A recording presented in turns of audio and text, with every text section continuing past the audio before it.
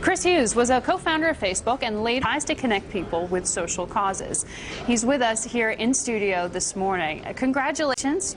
Thank you. You just officially publicly launched, was it last Tuesday? That's right. November 30th was our first open. What's the intention of the site? Is it to develop a following? Is it to market a charity? What is it? So, but becoming one of those self-sustaining businesses where you don't have to go out. When you log on to Jumo, I was on the site last week. It's a little Facebook window does pop up in there. This is built off of the system that develops around that. Do you think, I mean, you're just getting into this new venture, but looking forward, I mean, do you see that as the path you'd want to go down with building on top of that platform?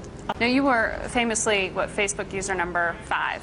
Mark is... So how involved are you still with Facebook? I know you said you and Mark are still dear friends, but are you involved in the business at all? Mm-hmm.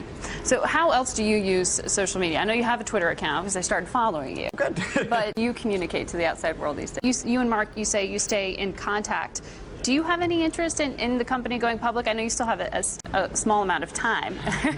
Because from Facebook you went on to be very involved in the 2012 election, in a similar role? Well, I should say the moments that really kind of got some serious attention beyond, you know, organizing people was the fundraising that was made possible through the online venues. I mean, and that has been noticed by other candidates. The more notable tweeters or users of social media these days is Sarah Palin, or at least she's constantly quoted in terms of what she phone and call you. Do you get communications secretaries trying to pick your brain? The thread that you see between, you know, Facebook and then the Obama campaign and then what you're doing now, what is that? Well, Paul O'Neill spent 2 years as George W. Bush's Treasury Secretary. He was fired at the end of 2002 as part of a shakeup of the president's economic team. After he left office, O'Neill detailed many of his disagreements with the president. For one, he opposed many of the Bush tax cuts. O'Neill says he directly advised the president on multiple occasions against a further round of cuts. Yet President Bush claims that O'Neill only expressed that opinion behind his back.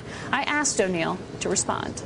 Big business news out of Supreme Court this morning. The justices will review whether Walmart must face a gender bias suit on behalf of 1 million of its workers. It's probably the biggest business-related case of the term. Our longtime Supreme Court correspondent Greg Storr joins me now via phone. Greg, I mean, Walmart, largest private employer in this country, an employment issue definitely of concern here. How significant is the decision to agree to decide? It's very significant. Explain to me this case, because it seems, I don't know, counterintuitive that other companies would be urging the court to take up this case. But it's purely to sort of overrule what some of the lower courts had put them on the hook for? Correct. Well, the ad industry is bouncing back. Advertisers spending a bit more, and agencies are, in fact, hiring again. That's what Sir Martin Sorrell says. Branding and identity. Digital. Brellen, I want to talk to you about a lot of what you have under that. But broadly speaking, looking into 2011, how much visibility do you have in terms of the willingness of businesses to spend, and what is a 2-year extension of tax cuts actually